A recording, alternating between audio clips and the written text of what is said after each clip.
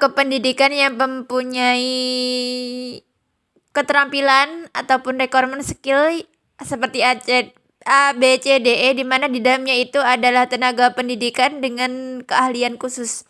Poin kedua adalah pemberian kesempatan bagi tenaga pendidik untuk memperoleh kesempatan untuk menambah keterampilan khususnya dalam menghadapi anak yang berkebutuhan khusus. Nah, ini tadi ada beberapa karya, seminar, webinar, kuliah ataupun short course, long course, itu banyak banget hal-hal yang dapat dilakukan oleh pihak sekolah untuk memberikan kesempatan bagi peningkatan kesempatan SBM pihak sekolah berikan.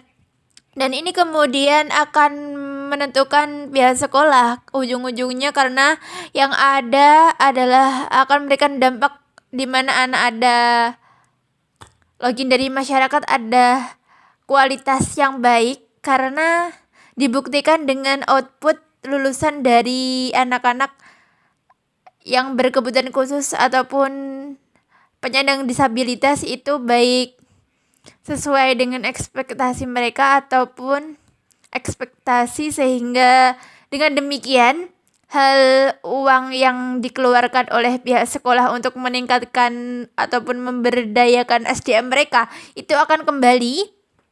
Jadi bisa dikatakan bahwa uang yang diberikan oleh pihak sekolah kepada ibu guru dalam meningkatkan skill itu adalah bentuk investasi sosial. Artinya itu bukan dalam bentuk,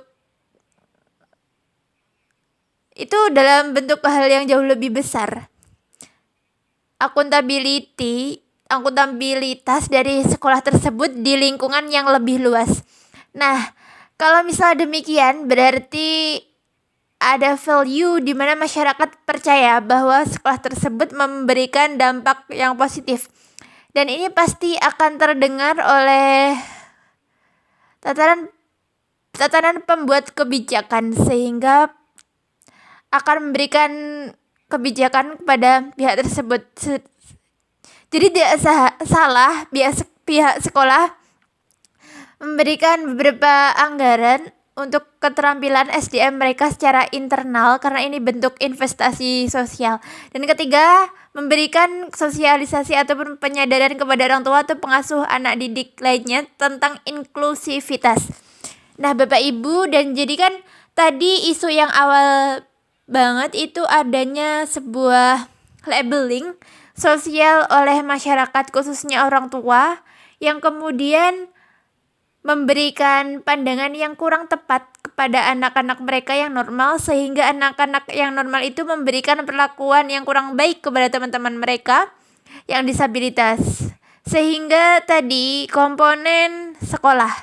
Jadi beberapa komponen sekolah itu yang paling community itu adalah pemberdayaan community. Nah, poin ini seharusnya diimplementasikan kepada pihak sekolah, di mana pihak sekolah itu sebenarnya yang dikerdilkan itu sebagai komunitas untuk dapat mendukung biaya operasional kepada pihak sekolah. Nah, tapi kalau bisa dilihat dari lebih luas lagi, komite sekolah itu merupakan lingkungan yang sportif untuk dapat mengimplementasikan nilai-nilai inklusif tadi. Sehingga dengan adanya platform komite sekolah itu menjadi wadah bagi pihak sekolah untuk mentransfer pemahaman ataupun pengetahuan pihak orang tua terkait dengan apa sih secara faktual disabilitas itu, apa sih dampak dari disabilitas itu, dan apa sih dampak dari penyandang disabilitas itu masuk ke dalam lingkungan sekolah, seperti itu. Nah, dan itu adalah proses-proses yang kemudian diperlukan oleh sekolah dan memerlukan ataupun pimpinan yang memiliki tanggung jawab sosial yang tinggi dan mau mengambil resiko yang tinggi untuk dapat melakukan investasi sosial tersebut. Karena investasi sosial dari 3 poin ini itu dirasakan bukan hanya sifatnya temporary, tetapi ini akan bersifat long time ataupun jangka panjang. dalam upaya mewujudkan pendidikan yang inklusif ini.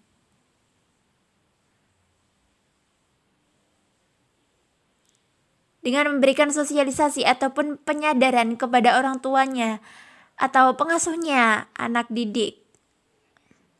Jadi Bapak Ibu, poin terakhir adalah seperti kata bahwa untuk menerapkan inklusivitas, Bapak Ibu tidak perlu berpikir panjang. Hal yang telah dibahas pada kali ini yaitu sudah dibatasi karena jadi pendidikan inklusif itu percaya bahwa upaya untuk dapat memberikan quality opportunity kepada banyak orang itu dapat kita mulai sedini mungkin, dan sedini mungkin itu otomatis ada di lingkungan sekolah, karena lingkungan sekolah adalah lingkungan kedua setelah keluarga untuk dapat menerima nilai-nilai yang kemudian akan membentuk perilaku seorang individu ke depan seperti itu. Sehingga penajaman pemahaman dari setiap aktor sistem pendidikan itu penting banget kita inklusivitas kan, hingga ke depannya Indonesia itu berbicara toleransi bukan hanya berkaitan tentang kognitif, tetapi terkait apa dengan yang bisa dikontribusikan dengan nilai-nilai inklusif ataupun toleransi yang ada di lingkungan mereka. Terima kasih. Wassalamualaikum warahmatullahi wabarakatuh.